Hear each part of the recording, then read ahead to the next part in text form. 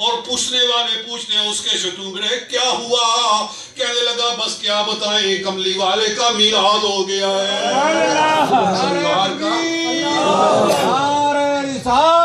یا رسول اللہ مصطفیٰ مرحبا مرحبا مصطفیٰ مرحبا مرحبا مصطفیٰ مرحبا مرحبا۔ مفتی احمد یار خان صاحب فرماتے ہیں نثار تیری چہل پہل پر ہزاروں عید ربیع الاول، سوائے ابلیس کے جہاں میں سبھی تو خوشیاں منا رہے ہیں۔ اس رات ساری دنیا خوش تھی، عرش خوش ہے، زمین خوش ہے، ستارے خوش ہیں اور حیوانات خوش ہیں، جمادات خوش ہیں، حتیٰ کہ حدیث میں آتا ہے کہ سمندر کی مچھلیاں ایک دوسرے کو مبارکیں دے رہی تھی۔ سمندر کے جانور ایک دوسرے کو مبارک دے رہے تھے، مبارک ہو ہم نے وہ زمانہ پایا ہے جس میں کملی والا تشریف لایا۔ جی جانور خوش ہو رہے ہیں، اگر پریشان ہے تو صرف شیطان پریشان ہے، اور وہ آج تک پریشان ہے۔ حضور کے آنے کی وجہ سے شیطان آج تک پریشان ہے کہ ادھر میں لوگوں کو جہنم کی طرف لے کر جاتا ہوں، ادھر حضور کا غلام سرکار کی ایک سنت کو اپنا کر پھر جنت میں جاتا ہے۔ تو شیطان تو جناب چلائی رہا۔ اور پھر آگے سنیے، نبی پاک صلی اللہ علیہ وسلم اسی حدیث کو آگے لے کر ارشاد فرماتے ہیں، فرمایا جس رات میں پیدا ہوا غرس اللہ تعالی مینارا من نور علی کل سماء قد استنارت بہ السماء، اللہ تعالیٰ نے میری میلاد والی رات میں ہر آسمان پہ ایک مینار نور پیدا فرمایا، ایک نور کا مینار پیدا فرمایا۔ ہم تھوڑی تھوڑی جھنڈیاں اور چھوٹے چھوٹے یہ مرچے لگاتے ہیں، بعض لوگوں کو مرچے لگ جاتی ہیں، کہتے ہیں یہ جناب یہ چراغاں کیوں کیا ہے، یہ مرچے کیوں لگائی ہیں، اور تمہیں مرچوں پر تکلیف ہو رہی ہے، چھوٹے چھوٹے بلبوں پر تکلیف ہو رہی ہے، اللہ تعالیٰ نور کے مینار لگا رہا ہے۔ میلاد کی رات میں یہ میں حدیث بیان کر رہا ہوں، سرکار فرماتے ہیں لمحہ ہورے جب مجھے معراج کروایا گیا، میں آسمانوں میں گیا، ہر آسمان پہ میں نے وہ نور کا مینار دیکھا، میں نے کہا ما ھذا یا اللہ یہ کیا ہے؟ اللہ نے ارشاد فرمایا ھذا ما غرست لاستبشار ولادتک یا محمد۔ سبحان اللہ۔ اگر یہ الفاظ حدیث سے نہ دکھاؤں تو بے شک گولی لگاؤ، اگر یہ حدیث میں الفاظ ہیں، فرمایا اللہ فرماتا ہے ھذا ما غرست لاستبشار ولادتک یا محمد، اے محمد یہ نور کے مینار میں نے تیری خوشی میں پیدا فرمائے، ولادت کی خوشی میں پیدا فرمائے، ولادت کی استبشارم بے ولادتک یا محمد، اے محمد یہ مینار نور میں نے تیری ولادت کی خوشی میں لگائے ہیں۔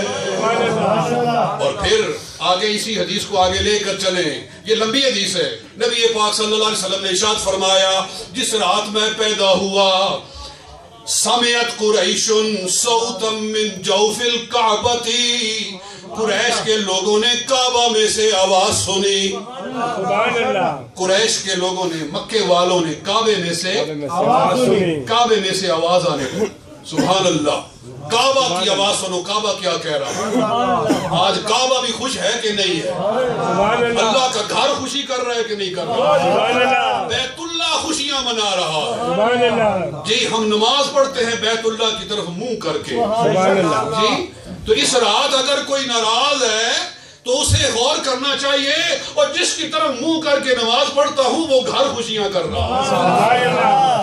جس سرکار نے ارشاد فرمایا سمعت قریش صوتا من جوف الکعبۃ، قریش نے کعبہ میں سے آواز سنی، کعبہ کہہ رہا تھا کہ الآن یجیونی زواری، میں خوش ہوں کہ اب میری زیارت کرنے والے آتے ہی رہیں گے، زیارت کرنے والے آتے ہی رہیں گے۔ اسی لیے تو ابراہیم علیہ السلام نے دعا کی تھی، یا اللہ بنانا تو میرا کام تھا، بسانا مصطفیٰ کا کام۔ کعبہ اس وقت بسے گا جب مصطفیٰ آئے گا، جب حضور آئیں گے، اس لیے کعبہ خوشی کر رہا ہے اور کہتا ہے الآن یجیونی زواری، کہ اب میری زیارت کرنے والے میرے پاس آیا ہی کریں گے۔ اور جو زمانہ گزر رہا ہے کعبہ کے زائروں کی تعداد بڑھتی جا رہی ہے۔ بڑھ رہی ہے کہ نہیں بڑھ رہی ہے؟ پہلے ہزاروں میں ہوتے تھے، جی پھر لاکھوں میں، اب ملینز میں ہو رہے ہیں، ملینز میں، 3 ملین 3 ملینز لوگ جا رہے ہیں حج کرنے کے لیے، ملینز کے حساب سے اب لوگ جا رہے ہیں، اور یہ دعائے ابراہیم کا صدقہ ہے اور سرکار کی آمد کا صدقہ ہے۔ جی کعبہ کہہ رہا ہے الآن یجیونی زواری، اب میری زیارت کرنے والے میرے پاس آتے ہی رہیں گے۔ وَالْآنَ اُطَہَّرُ من انجاس الاسنام، میں خوش ہوں کہ اب مجھے پاک کرنے والا پاک رسول آ گیا ہے۔ کعبے کے اندر بت رکھے گئے تھے، کعبے کے اندر بت سب سے بڑی نجاست ہے، جی بت سب سے بڑی نجاست ہے۔ قرآن میں بھی لکھا ہوا ہے، اللہ تعالیٰ نے فرمایا بت نجاست ہے، بت نجاست ہے، گندگی ہے۔ کعبے میں 360 بت رکھ دیے گئے تھے، یعنی بیت اللہ بت خانہ بن گیا تھا، نعوذ باللہ۔ جی 360 بت رکھے ہوئے تھے اور وہ طواف بھی کرتے تھے اور ساتھ ساتھ بتوں کی پوجا بھی کرتے تھے۔ تو کعبہ خوشی کر رہا ہے، کعبہ کہہ رہا ہے الآن اطہر من انجاس الاسنام، اب میں خوش ہوں کہ مجھے بتوں کی ناپاکی سے پاک کیا جائے گا۔ یہاں ہم کہتے ہیں، اس لیے ہم کہتے ہیں کہ سرکار کعبے کا بھی کعبہ ہے۔ بولو حضور کعبے کا کعبہ ہے۔ بعض لوگوں کو اعتراض ہوتا ہے کہ تو دیکھو جی بڑا شرک کرتے ہیں، او بریلویو خدا کا خوف کرو، وہ کعبے کا کعبہ کیسے ہو گئے؟ حضور تو خود کعبے کا طواف کرتے ہیں، وہ تو خود حضور کعبے کا طواف کرتے ہیں اور تم کہتے ہو حضور کعبے کا کعبہ ہے۔ سنو میں بتاتا ہوں، جی کعبہ ہمیں پاک کرتا ہے۔ بولو کعبہ ہمیں پاک کرتا ہے کہ نہیں کرتا؟ کعبہ ہمیں پاک کرتا ہے۔ جو حجر اسود کا بوسہ دیتا ہے وہ اس کے سارے گناہ چوس لیتا ہے۔ صحیح حدیث ہے کہ یہ جب آسمان سے اتارا گیا تھا یہ پتھر جو حجر اسود کا پتھر ہے اور مقام ابراہیم کا پتھر، یہ دونوں جنت سے نازل ہوئے، اور جب پہلی مرتبہ فرشتوں نے بیت اللہ بنایا تھا تو جنت کے پتھروں سے بنایا تھا۔ پھر اللہ تعالیٰ نے طوفان نوح کے موقع پر باقی سارے پتھر اٹھا لیے اور 2 پتھر جنت والے زمین پر رہنے دیے۔ تو یہ حجر اسود جو اس کا بوسہ دے وہ اس کے گناہوں کو چوس لیتا ہے، اور بیت اللہ کا جب طواف کیا جاتا ہے تو ہر قدم پہ اللہ تعالیٰ 10 گناہ معاف کر دیتا ہے۔ تو کعبہ بولو ہمیں پاک کرتا ہے، کعبہ ہمیں پاک کرتا ہے، اور سرکار وہ ہیں جنہوں نے کعبے کو آ کر پاک کر دیا۔ جو ہمیں پاک کرے وہ ہمارا کعبہ ہے، اور جس کو سرکار کعبے کو پاک، کعبہ جس کو پاک کرے وہ کعبے کا بھی کعبہ ہے۔ اس لیے عرض فرماتے ہیں حاجیو آؤ شہنشاہ کا روزہ دیکھو، جی اگر مل کر کہیں گے تو ذوق آئے گا۔ حاجیو آؤ شہنشاہ کا روزہ